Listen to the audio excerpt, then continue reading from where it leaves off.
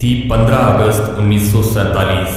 रात को 12 बज रहे थे जब दुनिया की आधी से ज्यादा आबादी नींद की खराटों के साथ सो रही थी। उस वक्त भारत की आजादी का वो सुनहरा अध्याय लिखा जा रहा था जिसका हम कई सालों से इंतजार कर रहे थे।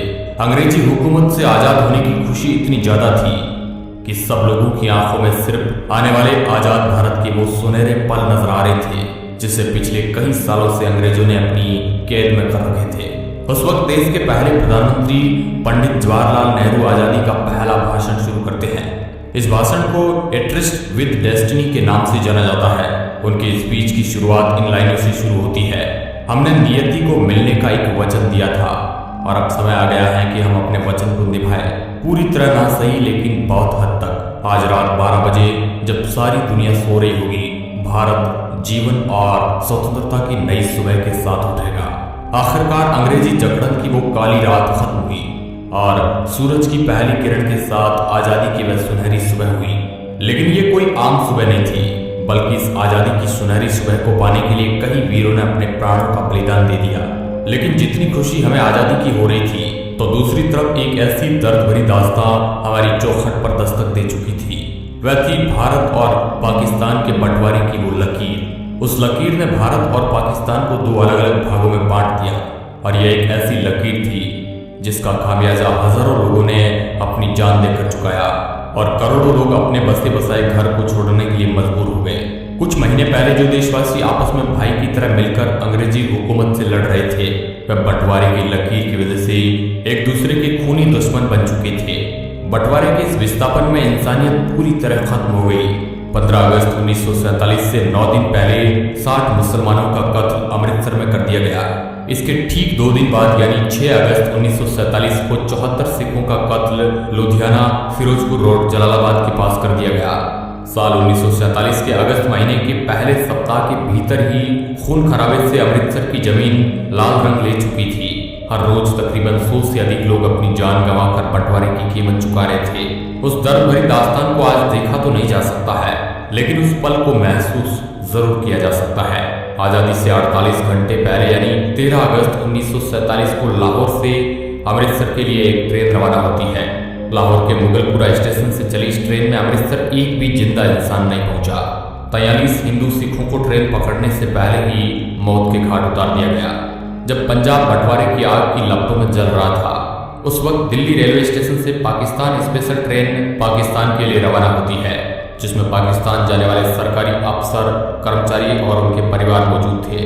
पाकिस्तान स्पेशल को दिल्ली से शानदार विदा किया गया, मगर जैसे ही ये ट्रेन पटियाला पहुंचती है तो पहली बार किसी ट्रेन पर हमले शुरू हो गए और जिसमें एक महिला और एक बच्चे की मौत हो जाती है। और जब इस बात की खबर लाहौर और कराची पहुंची तो बदला लिया गया अमृतसर आने वाली पहली ट्रेन से। जब पाकिस्तान से वह ट्रेन अमृतसर रेलवे स्टेशन पर पहुंची तो उसमें एक भी जिंदा इंसान नहीं था। हर तरफ खून से लाल हुई ये ट्रेन अपने साथ हुए हादसे को बयां कर रही थी। जहां भी नजर जाए वहां लाशों का ढेर लगा हुआ था। किसी के हाथ कटा हुआ था तो किसी के सिर। इन बेकसूर लोगों के खून से रंगी ट्रेन ये बताने के लिए काफी थी कि बंटवारा कितना दर्दनाक था। 15 अगस्त की शाम पाकिस्तान से जो ट्रेन आई अमृतसर के रेलवे स्टेशन पर, उस ट्रेन के अंदर सिर्फ और सिर्फ लाशें ही लाशें मौजूद थी और ट्रेन के आखिरी डिब्बे पर जो लिखा था उसे सब लोग देखकर हैरान रह गए। उस ट्रेन के आखिरी डिब्बे पर एक पर्चा छिपा था जिस पर लिखा था, पटेल और नेहरू के लिए आजादी का ये तोहफा है। इसके बाद दोनों तरफ से आने वाली ट्रेनों में लोगों को मारा जाने लगा, जिसमें कई बेकसूर लोग बलि चढ़ गए। हजारों लोगों को रातों रात अपना घर बार छोड़कर भारत की ओर पलायन करना पड़ा, जबकि भारत से भी कई हजारों लोगों को यहाँ से अपना घर बार छोड़कर पाकिस्तान की तरफ जाना पड़ा। कई बहन बेटियों की इज्जत लूट ली गई। सरहदों को आपस में जोड़ने वाली रेलगाड़ियां हजारों लोगों के लिए जिंदा ताबूत बन गई। ये बंटवारा इंसानी इतिहास का बहुत ही काला अध्याय माना जाता है, जिसके बारे में आज भी सुनते हैं तो शरीर में एक अलग प्रकार की सिहरन पैदा हो जाती है।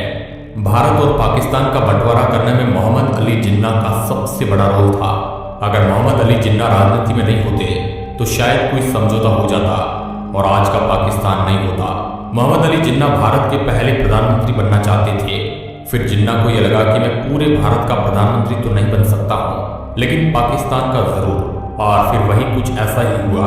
3 जून 1947 ये वही तारीख है जिस दिन भारत को आज़ाद करने की तारीख को तय किया गया और मोहम्मद अली जिन्ना के पाकिस्तान को अलग करने की भी जिद पूरी हो गई। इस दिन 15 अगस्त 1947 तारीख को तय किया था। दिन बचे थे 73। इन 73 दिनों में जमीन का बंटवारा, लोगों का बंटवारा, भारत में जमा रुपयों का बंटवारा, इसके साथ ही रिजर्व बैंक के खजाने में पड़ी सोने की ईंटें, सब कुछ बांट देना था, जो कि इतना भी आसान नहीं था। बंटवारे का यह काम 2 अनुभवी अधिकारियों के हवाले किया गया।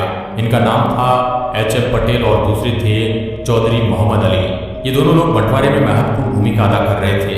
इनके नीचे भी कई छोटे मोटे अधिकारी काम कर रहे थे, जो अलग अलग एरिया से रिपोर्ट बनाकर इनके पास भेज रहे थे। इन्हीं रिपोर्ट के आधार पर ये दोनों अधिकारी बंटवारे की सिफारिश तैयार करते थे, जिन्हें आगे विभाजन परिषद के पास भेजा जाता था, जिसके अध्यक्ष थे खुद लॉर्ड माउंटबेटन। पैसों का बंटवारा कुछ इस तरह हुआ कि भारत की बैंकों में पड़ा पैसा अंग्रेजों से मिलने वाले पैसे में से 17.5% हिस्सा पाकिस्तान को दिया जाएगा और इसके बदले पाकिस्तान भारत के ऋण का 17.5% हिस्सा चुकाएगा। इसके अलावा भारत के सरकारी दफ्तरों में पड़ी चल संपत्ति का 80% हिस्सा भारत के लिए और 20% हिस्सा पाकिस्तान के लिए तय किया गया। फिर इन दफ्तरों में पड़ी हर उस चीज का बंटवारा किया गया। मेज, कुर्सियां और टाइपराइटर तक की गिनती करके भारत पाकिस्तान में बांट दिया गया। इन सब चीजों को आपस में बांटने के लिए कई जगह लड़ाई तक हुई।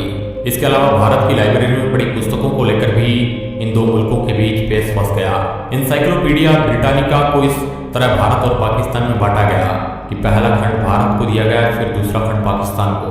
इस तरह आपस में बांटा गया। यहाँ तक कि लाइब्रेरी में पड़े शब्दकोश भी आधा आधा फाड़कर भारत पाकिस्तान में बांट दिया गया। एक एक करके सभी चीजों को भारत और पाकिस्तान में बांट दिया गया, लेकिन भारत के गुप्तचर विभाग को पाकिस्तान के साथ साझा नहीं किया गया।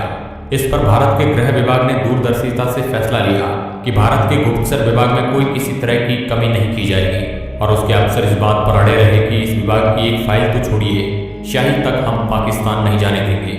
इसके साथ ही पाकिस्तान के पास नोटों को छापने के लिए प्रेस नहीं थी और उस वक्त भारत में भी नोटों की छपाई के लिए एक ही प्रेस मशीन थी और भारत ने उस प्रेस को पाकिस्तान को देने से मना कर दिया, जिसके बाद पाकिस्तान ने काम चलाने के लिए भारतीय नोटों पर ही अपनी मोहर लगाकर करेंसी के रूप में इस्तेमाल किया। इसके अलावा एक बंटवारा और अहम था, वह था भारतीय सेना का, जिसमें हिंदू, मुस्लिम, सिख सब थे। भारतीय सेना के 2/3 सैनिक भारत के हिस्से में आने थे और 1/3 सैनिक पाकिस्तान के हिस्से में। बाकी चीजों की तरह इन वीर योद्धाओं का भी बंटवारा तय था। दोस्तों, ये बंटवारा बेहद दर्द भरी कहानी लेकर आया था। ये कहानी हम आज भी सुनते हैं तो हमारी आंखों में आंसू आ जाते हैं, जिसमें लाखों करोड़ों लोग अपना घर बार छोड़ने को मजबूर हुए थे। अब दोस्तों, इसके बारे में आप क्या सोचते हैं? क्या यह बंटवारा सही था या गलत? अपनी प्रतिक्रिया हमें कमेंट के माध्यम से जरूर बताएं और इस तरह के इंटरेस्टिंग वीडियो देखने के लिए आप हमारे चैनल को सब्सक्राइब कर सकते हैं।